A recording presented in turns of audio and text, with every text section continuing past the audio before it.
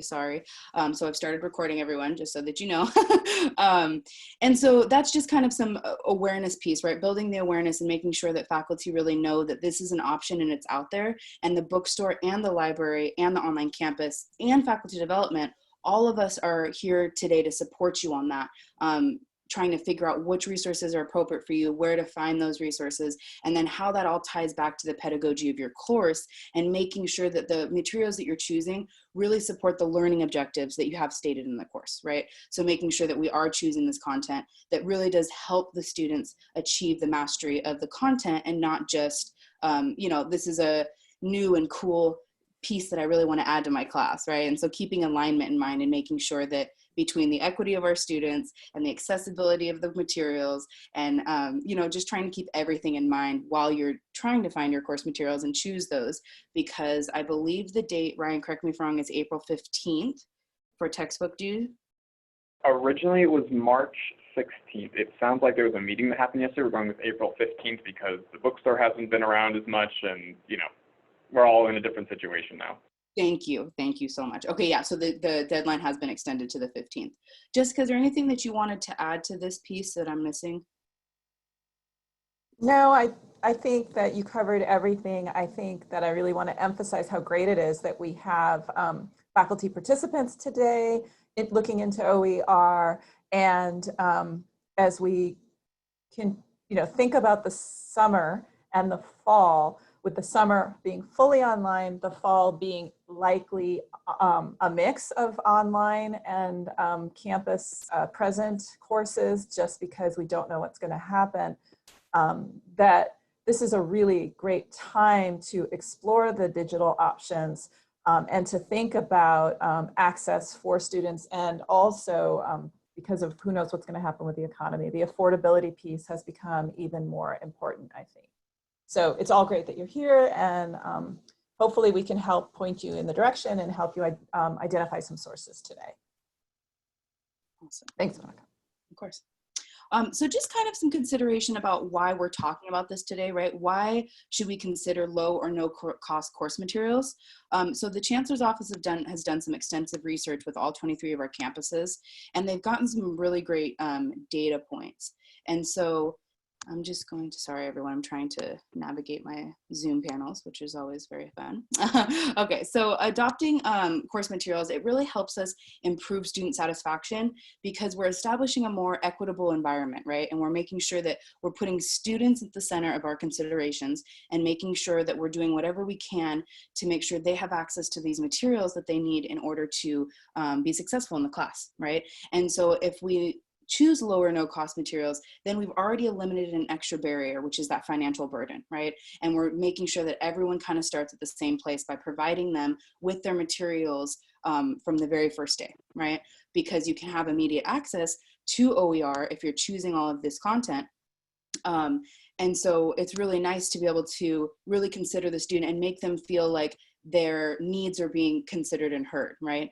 And so it really reduces stress on those that do have a financial barrier, right? Especially for those who are taking maybe some courses that are higher cost, which tend to be, chemistry is a really high cost one, things like that. The marketing textbooks can get quite pricey. And so if they have more than one class that's asking them to purchase materials that are quite costly, they can go up to about $1,500 per semester just in course material cost, right? And so trying to consider that into the fact that a lot of our students receive financial aid. I think 70% of our campus right now has some sort of financial aid.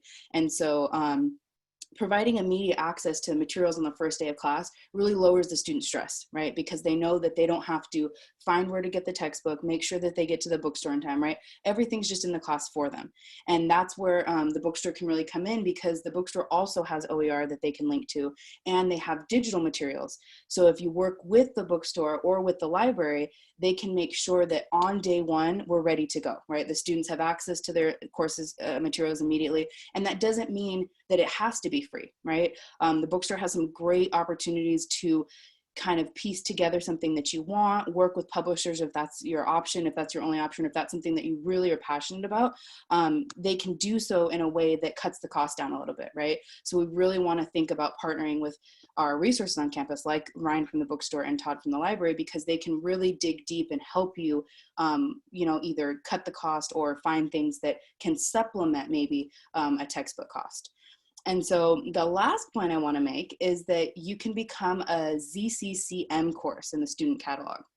Not very many people know about this, but there is actually a icon listed in the category, in the catalog itself, right? And so if I'm looking for this particular class, I can see at the very right-hand corner, there's a book with a $sign. So I know that this class has zero cost course materials, right? And so what's nice is students can pull up a list and they can look at all Library 100 classes and they can choose the ones that have the zero cost course material, right?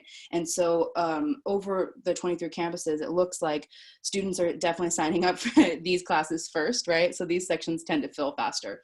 So that's just something to keep in mind, that that's just another kind of incentive that we can add to your class in the catalog to really get students excited and getting them to look at things like the cost of course materials, right? This is also something we want to try to build awareness of among our student population, is so that they're instead of signing up for a class and then getting the syllabus and saying, oh, I can't afford this and dropping it, they're also being a little bit more proactive about maybe thinking about how they're going to stack their courses and which courses they will take each semester so that they don't overload themselves in the cost area as well. So yeah, ZCCM, that's a great kind of incentive to just think about, because this is something that Linda Dobbs actually will ask for every semester. Do you have a class that have absolutely no cost at all, right? And that could mean I'm utilizing all of my library databases, films on demand, and I'm pulling in some OER. Maybe I'm creating my own content. It doesn't have to be from one specific source. You can kind of piece together a bunch of different materials to just make sure that the cost of your overall course for all 16 weeks is pretty low, right?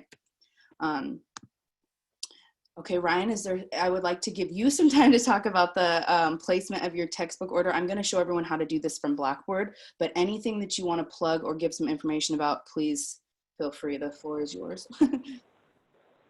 Yeah, I would just say, if you guys are interested in anything that we're talking about today, if you think you might want some help finding lower cost materials, definitely reach out to me. There's a couple different programs we have. I know a lot of what we're talking about today is OER based and creating your own materials using things you can find free online. With summer right around the corner, with some of the difficulties we're having right now, even if you guys can't maybe put something like that together right now, we still do have other programs that can definitely bring down the cost of your books. Sometimes even by just committing to using that same book for multiple terms, we can drop the price anywhere between 50 and 80%. I don't want to guarantee you that it'll always be that high, but it's definitely out there. Also, for those of you that are using digital materials or that are interested in using digital materials, we also have programs with our publishers where we can make sure that every single one of your students is getting their materials on that first day of class for a reduced cost, and then they actually get billed a little bit later in the term. So gives students a little more flexibility, gives them access to everything they need right from the start. And if you're interested in that, definitely reach out to us. I think some of you on this call might actually already be using some of those programs, but just let us know. We're definitely here to support you with that. Awesome. Thank you so much, Ryan. Okay, so I'm going to go ahead, move on to our next slide. Okay. So how do you place your textbook order, right? You can actually do it directly inside of Blackboard. So I just wanted to touch on this briefly for those of you who have never used that integrated tool. It's actually, you can go through the course tools inside of Blackboard as if students were to click on course tools, right? On the left-hand side, part of our template is course tools. So if you click on course tools, you'll see this nice little link that says find your textbook. Okay, so if you click on find your textbook, it's going to automatically log you in, because you're in the instructor, right, to a page that looks like this. So once you actually utilize that link, you can go in here and you can search the the bookstore database, right? So I can go in here and search by publisher materials. I can look at the supplies that the bookstore utilizes, so that can be a lot of things, right? It can be calculators, goggles, there's a lot of different lab materials included and all that. And then there's also the OER tab, right? So if I were to click on that OER tab, I can type in my discipline or maybe a very specific topic that I'm looking for, and it's going to pull from our Merlot repository. And Merlot is a really great another website that lists all open educational materials, everything from PowerPoints all the way up to fully online courses that are able to then be adopted and what we call remixed by you all, right? So you can download the content and then you can change it to update it to be really specific for your course.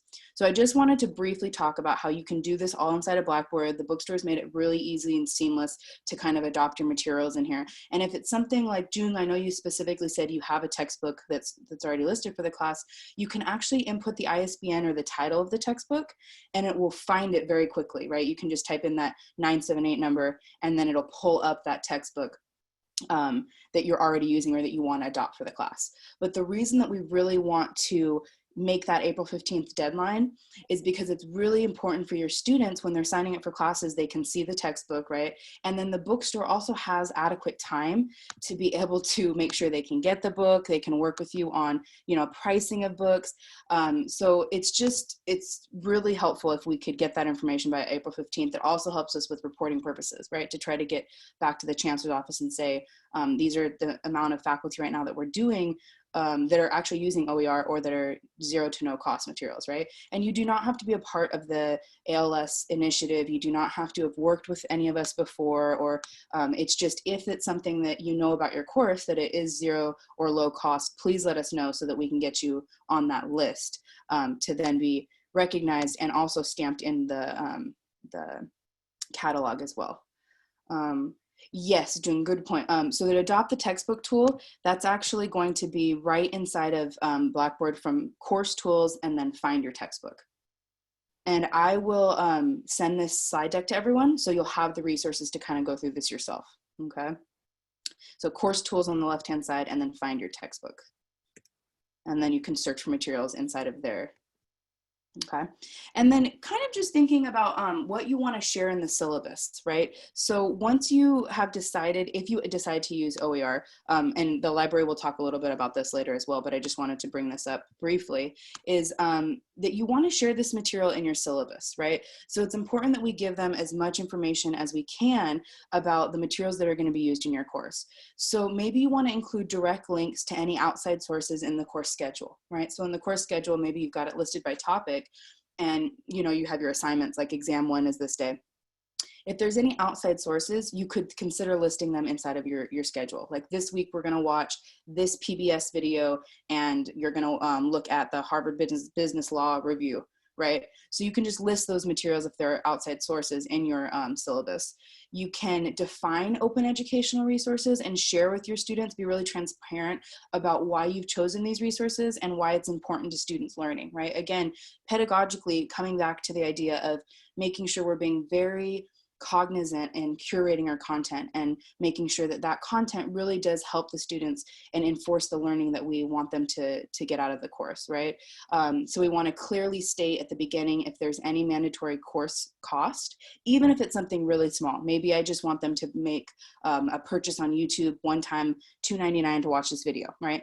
That's okay. That's very low cost, no problem. But you just want to be really transparent with the students from the beginning, right? And so just let them know, hey, you do need Netflix for this class because there's going to be some videos we watch in there, or things like that. So you just want to consider trying to be as transparent as possible from the beginning so that when the students look at the syllabus, they know that, hey, I need an Amazon Prime account, or I do need Netflix for this semester, right? And then empower the students to search for their own OER. This link is Merlot X. So like I said about Merlot, faculty can go onto Merlot and find everything. It has so many millions of resources. And so students can do the same thing. This Merlot X is actually a student version of that. And so students can share their study materials, maybe things that they've created and put Creative Commons licensing on. They can do all of that inside of Merlot X. So Merlot X is just an OER repository, but for students, right? And so trying to think of even creating assignments where you can get your students to search for the materials and give you ideas, right? Maybe I'm going to have a discussion board assignment and my students are going to go out and find resources for me. And then now I have, 30 different resources from these students that I can then use in my class next year, right? So also thinking about getting students in the mindset of researching and finding their own scholarly sources, right? Okay, now I'd like to turn over to Todd and just let Todd kind of speak a little bit about what the library does and how they support the ALS initiative and helping faculty search for OER.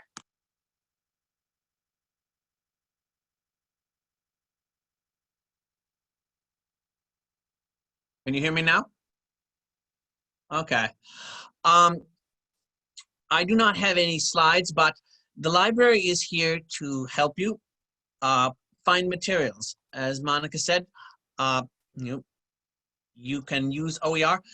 On the left side of our library homepage, you'll see under quick links, ALS, OER materials, and that will take you affordable, that's actually for affordable learning solutions. Yes, you can go to all of these. Oh, good, thank you. Any of these sites, these links, and that is how you can look for materials for you. You can also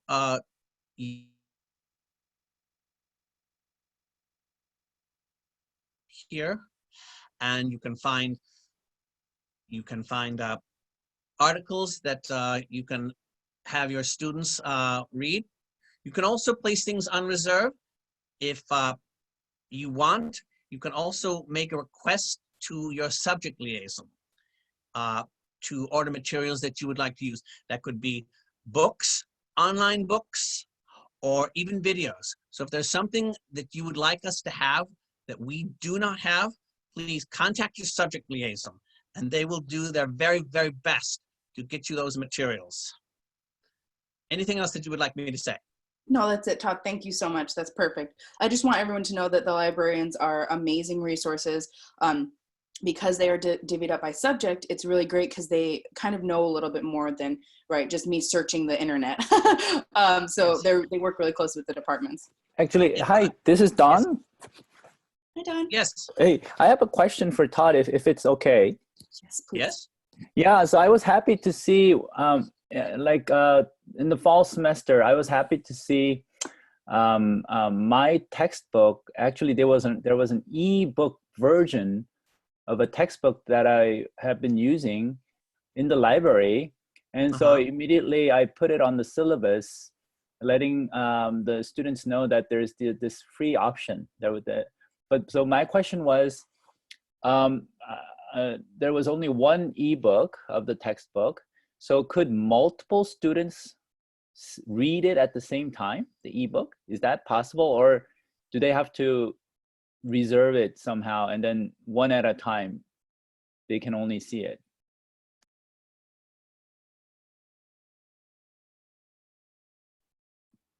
I think Todd's frozen. Loud. It all depends a lot on the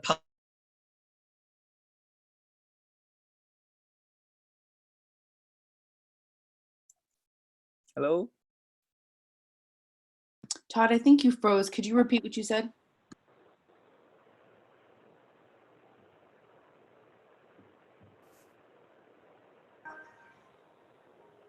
Hello? Can you hear me? Yeah, we can hear you now. Okay. It may be possible. A lot of that depends on the publisher. Sometimes it can only be a limited users for a certain item, but talk to your subject liaison and we can certainly work to make sure that we can get multiple copies of an item for at least for the semester for your class. So it's not an insurmountable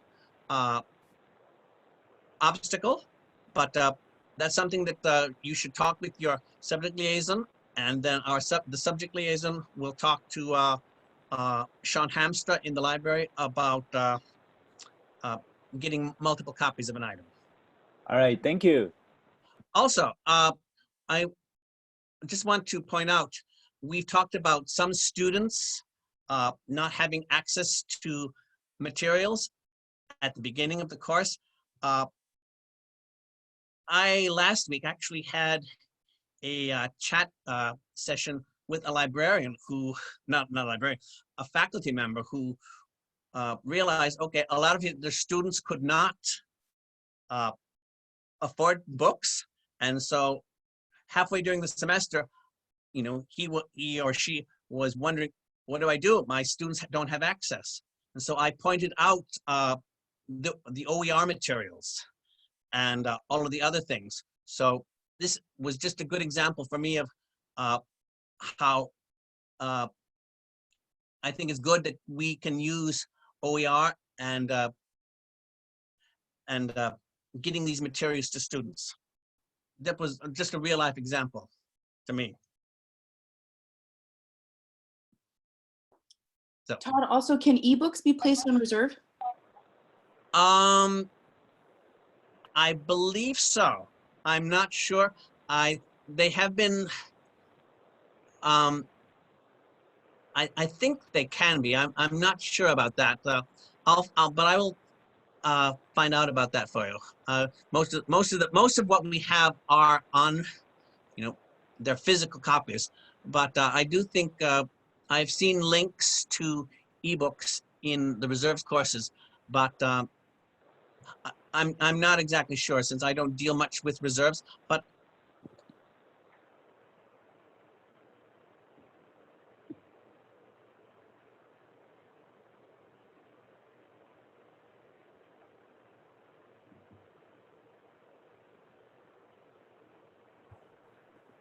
Okay, I think Todd froze again. Ryan, did you have something to add to that? Sorry.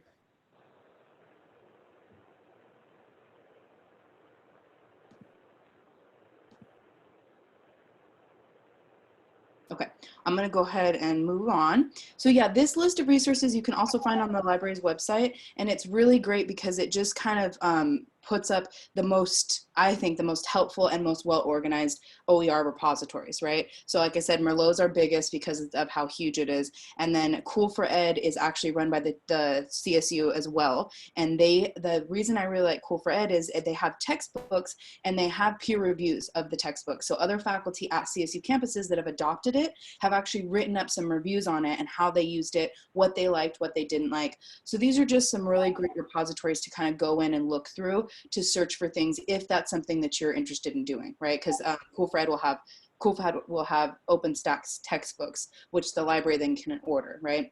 The reason that OpenStax is so great is because they can provide PDF copies of the entire textbook to students for free. But if students want that hard copy, if they really, you know, appreciate having that book, the bookstore can order a few, and then it's a little bit lower cost to student, right? It's not $100, it's probably, you know, a little bit less than that. So there are different options, again, working with the library and the bookstore together to kind of make sure that we are creating the customized, you know, materials that you all need.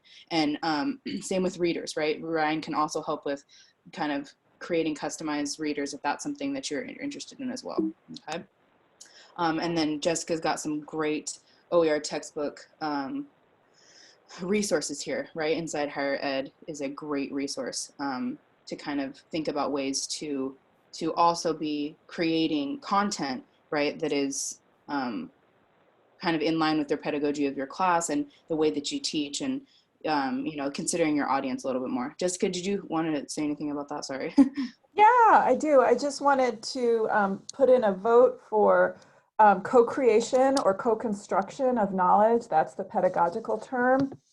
Or creating a textbook for the class into a project for your students. And you want to be careful if you try this that you're not billing it as, you know, you're doing my work and from here on out I won't have to do this and no class will ever do this. But you want to sort of talk about how the textbook is a living document that they're helping you create, that their interests matter.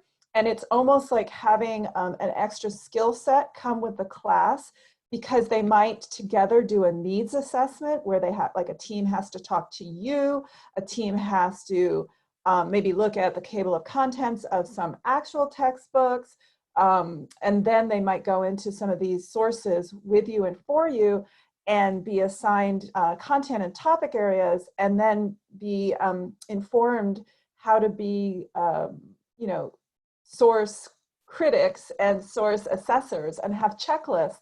And so it becomes this whole kind of organic skill building class, which might be a hook for certain kinds of students to engage them in the content in a way that they wouldn't have owned it before, because they're creating their map of learning for the semester. So you start out with this, it should be low cost, I want to be a zero cost course, but you end up with students who are now critical readers, they're researchers, they might know how to do a needs assessment, they might know how to be persuasive writers about a scientific concept because they want to sell a particular textbook or article, and that kind of thing. So I just want to sort of build that as very exciting and pedagogically sound, to think about that as a course project.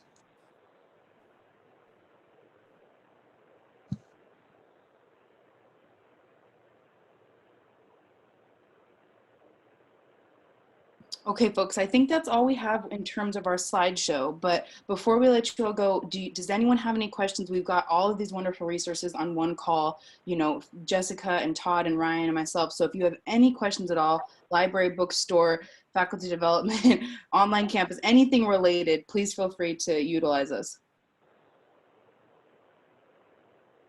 What we could possibly do is go back a few slides to the library resources page. And then if anybody wants to have a question answered right now, they could. The other thing is we can all linger here for a few minutes. And if you want to start doing, you know, a surface dive in your discipline, you could start doing that. And then we're here to guide you.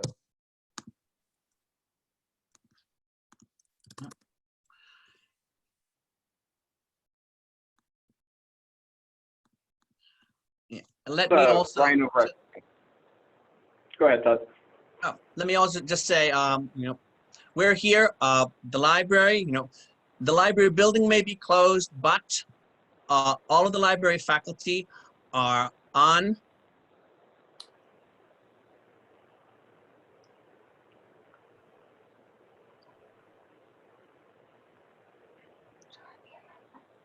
Oh, Todd, we may have lost you again.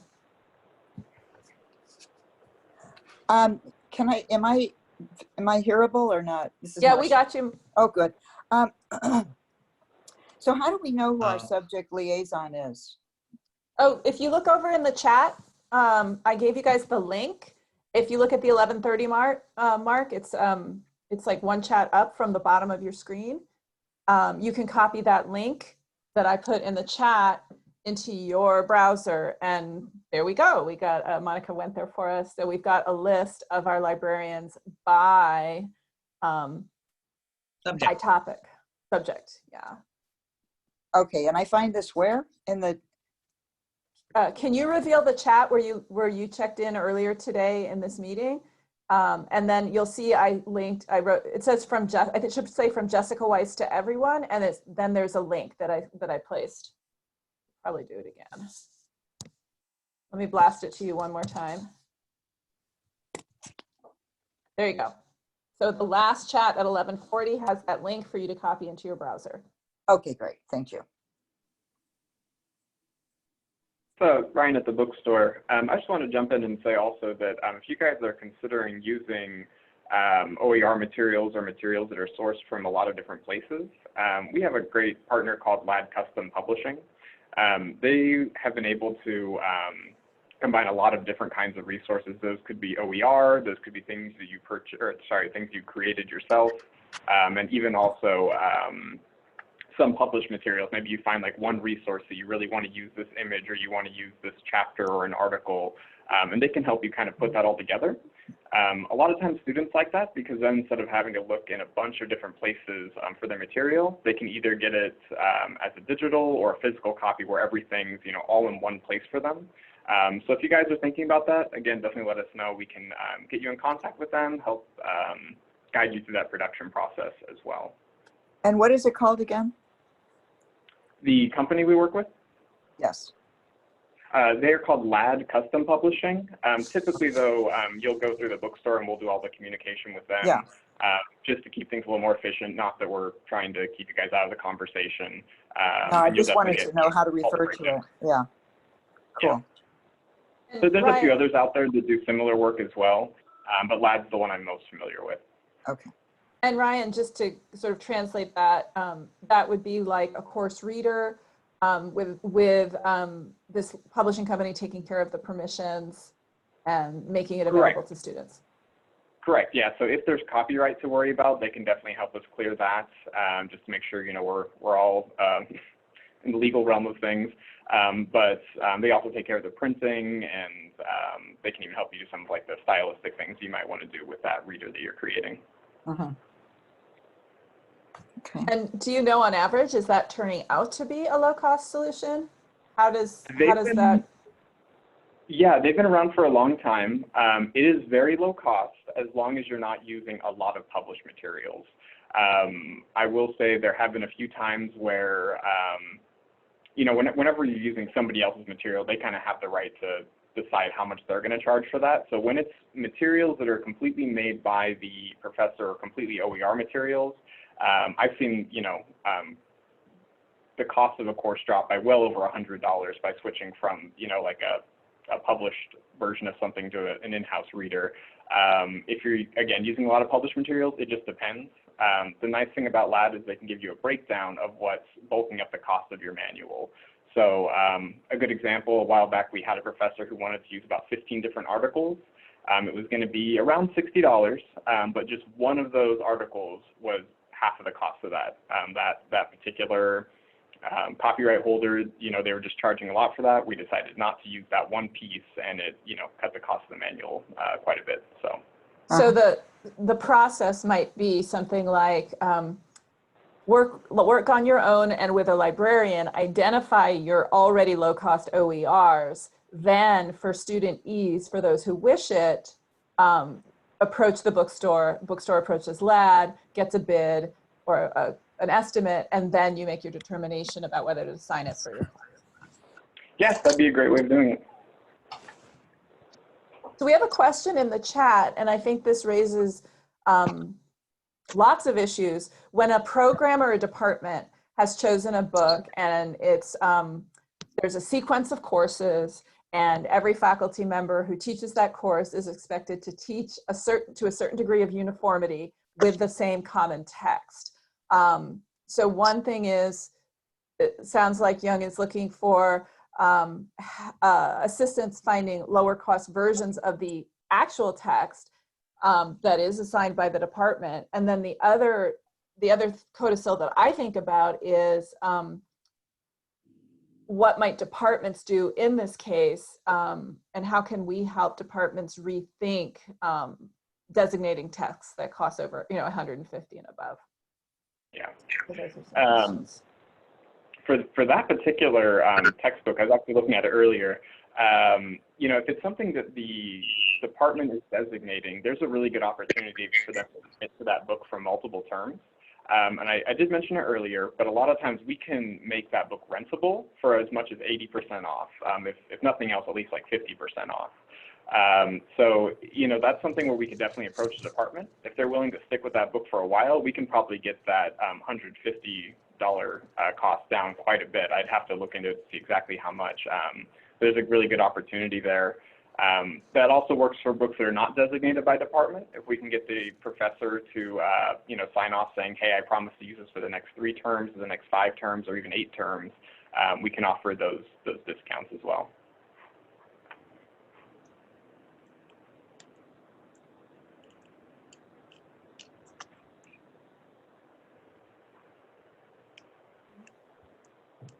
Monica's kind of scrolling through the librarians for us. So you can put face to names and see if you see your discipline there.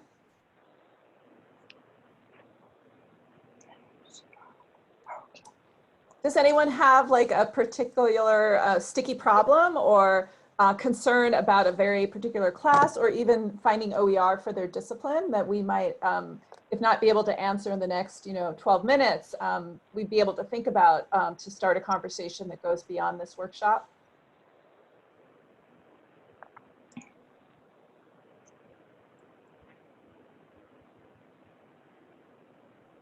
Oh, Ryan, how is the bookstore going to work this summer for students who need books? Are they, and if they rent and that kind of thing?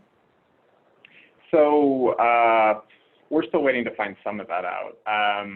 Do we know for sure if we're running physical summer courses or not yet? No, I think summer Okay. is pretty much determined to be fully online. Okay, I do apologize. I've been out for the last couple of weeks. I just got back on Tuesday, so I'm not up to date with everything. So for as long as the campus is staying closed, or at least mostly closed, the bookstore is offering free shipping for students. So they'll be able to place their orders through the bookstore. We'll ship those out, no cost to them, and that'll be for purchases. Now for rentals, we're actually going to be doing two things. One, we're going to be extending our rental due date so that students have a little bit more time to get their books back to us. We're also going to be providing each student with free shipping labels. And they can either log into their accounts and get them that way. Otherwise, they can also wait until about 2 weeks before the due date, and we'll be sending them an email link that'll have a FedEx label to get that book back to us. So we're trying to be supportive. Again, we're still trying to figure out all the fine details, but if anybody has any more specific questions, I can definitely try to address those right now. And I don't think we're going to be, if shelter in place is in place, we won't be able to have physical reserves work. I don't think safely. So, so rental seems like the best option for students who will not be wanting to purchase the full book. I don't know. What do you think about that, Todd? Looking for ebook? Like if there's a course reserved for a textbook, people aren't going to be able to pick up physical books this summer, right? So No. yeah. No, I don't believe so. Not until the libraries reopen. Yeah. We can check to see if a book is available electronically. Red Shelf has opened up some things, so but I don't know how long that's going to last. But we can always check to see if a book is available electronically, and then make an order for that. I'll also throw out there from the bookstore's end, and I don't know if this is going to continue through summer, but at least for right now, students do have the ability to access, I believe it's up to 7 ebooks on Red Shelf for free until the end of this term. I believe the cutoff date is May 21st. So if your students are having trouble finding things right now, that's definitely something they can look into. They would just need to visit our website. I'll put it in the chat, but it's just csuebshop.com. And there's a link at the top of the page that'll guide them to those free ebooks.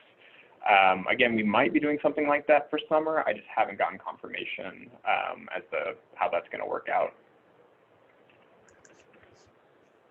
Okay, and Young is asking how to get in touch with Library Reserve with the library so that ebook purchase can go through. Is there? I assume that there's a link on the website. Oh, your subject line as well. Okay.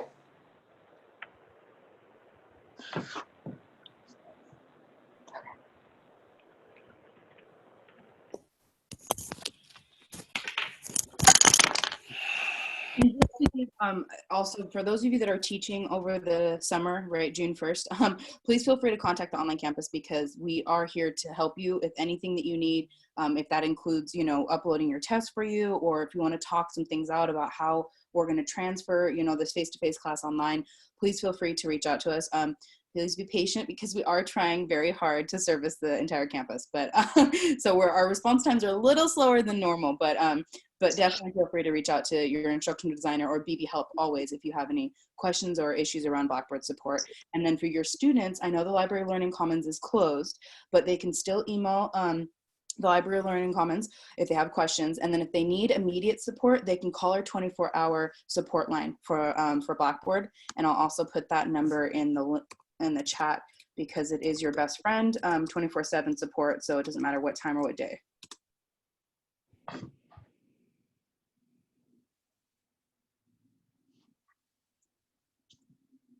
I'd like to make a little plug too. Linda Dobb has asked me to think about a Keep Learning website for students. And I feel like the population of faculty that are showing up for workshops during this time is very specifically concerned about their students. And one of the things that we're envisioning is a Keep Learning website with some short videos from faculty, staff, librarians that just say, you know, we're behind you, we believe in you, keep learning, we're here to support you, and maybe, you know, words that you have along that effect into a little video. So if you'd be willing to do that, please just go ahead and make one, and you can send me the YouTube link, or you can talk to me about how you might do that. And, you know, especially if you have a story about your own perseverance, you know, a quick little story. We're not looking for anything long or high production values. We want a friendly place where if if we encourage students to click on keep learning, they get a feeling that the university is really behind them.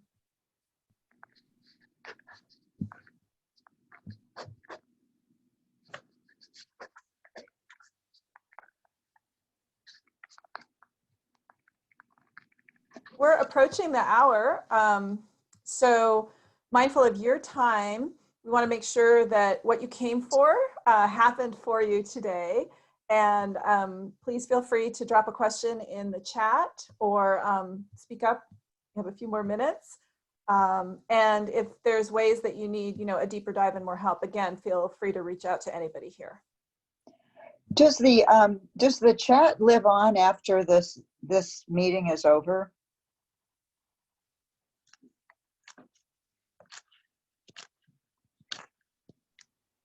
Marcia, do you mean if you're going to have access to the links? Because what we'll do is Jessica will send out the entire slideshow, and then we'll add the links that we've added to the chat to the email. So you've got one place with all of the information that we've shared. Okay, got it. Thanks.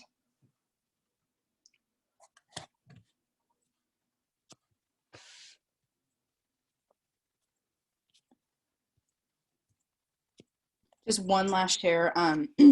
We do have an instructional continuity website. So this is something specifically for faculty, right? So if you need additional support or you just want some ideas about how to do this, you know, this new online learning, that is the website for Cal State East Bay for our instructional continuity. So that has a lot of how-tos when it comes to Blackboard and things like that. But like Jessica said, if you've got kind of a story that can help our students so we can make something similar, but for our students, that would be really, really helpful. So thank you all so much for attending today. Thank you. It was great.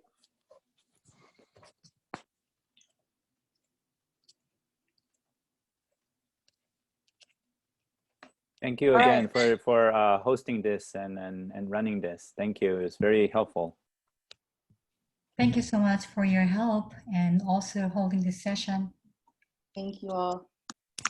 All right, thanks everybody. Take care. Okay, be safe. Have a good one. Thank All you. right. Bye-bye. Safe. Have it good all.